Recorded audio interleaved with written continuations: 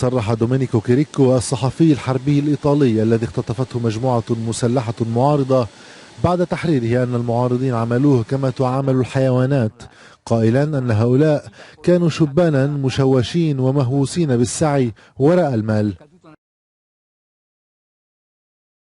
Avant de parler de votre enlèvement et de votre libération, il y a cette information qui pourrait faire l'effet d'une bombe. Vous dites en effet que vous détenez des preuves selon lesquelles ce sont les rebelles eux-mêmes et pas le régime de Bachar el-Assad qui ont utilisé des armes chimiques le 21 août dernier. C'est bien ça?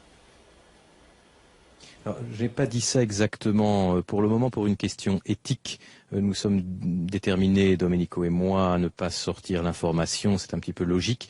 En Italie, Domenico doit d'abord passer par la magistrature avant de pouvoir développer ce que nous avons vu sur place. Donc quand la Stampa pensera que le moment est venu de détailler cette information, je le ferai au même moment dans le média de mon choix ici en Belgique. Cela étant dit, effectivement, c'est un devoir moral que nous avons, Domenico et moi, de le dire. Ce n'est pas le gouvernement de Bachar al-Assad qui a utilisé les gaz sarin ou autres gaz de combat dans la banlieue d'Hamassen d'Al-Ghouta. Ça, nous en sommes certains suite à une conversation que nous avons surprise.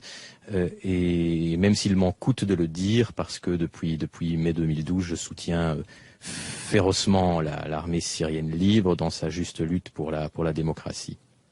Vous avez conscience, Pierre Piccina, que c'est un pavé dans la mare qui va à l'encontre des combats qui sont menés pour l'instant par plusieurs pays, comme les États-Unis ou la France, qui souhaitent engager des frappes contre le régime de Damas? Alors, c'est effectivement quelque chose qui nous a posé problème dès que nous avons été mis au courant de cette réalité.